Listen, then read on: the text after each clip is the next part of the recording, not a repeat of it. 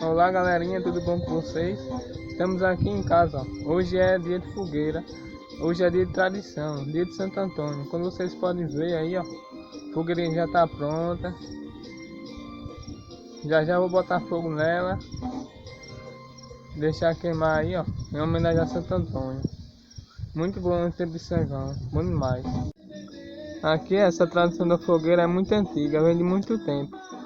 E acredito que todo o pessoal aqui no interior faz. É feita no dia de Santo Antônio, dia de São João, dia de São Pedro. Agora estou indo aqui no roçado, quebrando as espigas de milho para comer assada na fogueira.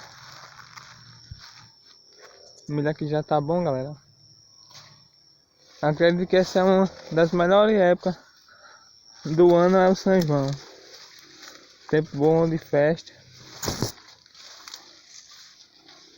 Tempo de comer milho assado, tempo de fogueira. Bom demais São João. Aqui quebrando um milhozinho. Comer assado na fogueira.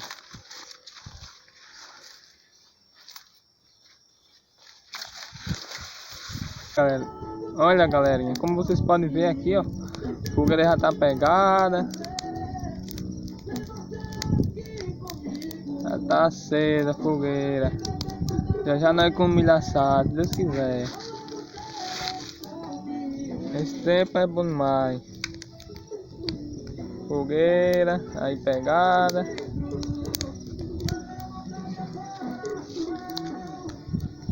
Aqui, ó. Como pode ver ali, a casa da vizinha também tem. Na parte do fogo. Só pelo cara na parede. Estamos aqui em casa.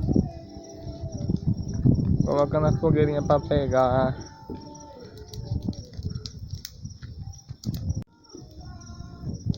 Antigamente era bom, pessoal. Tinha quadrilha.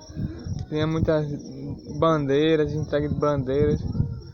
Tinha bastante quadrilha no São João, mas agora o tempo tá mudando. Poucas coisas. A maioria das pessoas também nem mantém tradição. Uns povos são esquecidos demais. Esses povos mais jovens são meio desligados da vida. Olha pessoal, aqui a fogueira ainda tá pegada. Aqui tá. Agora eu vou finalizar o vídeo aqui com vocês. Lançando um milhozinho para comer, ó. Tá quase bom. É isso aí, pessoal. Esse é o fim do vídeo.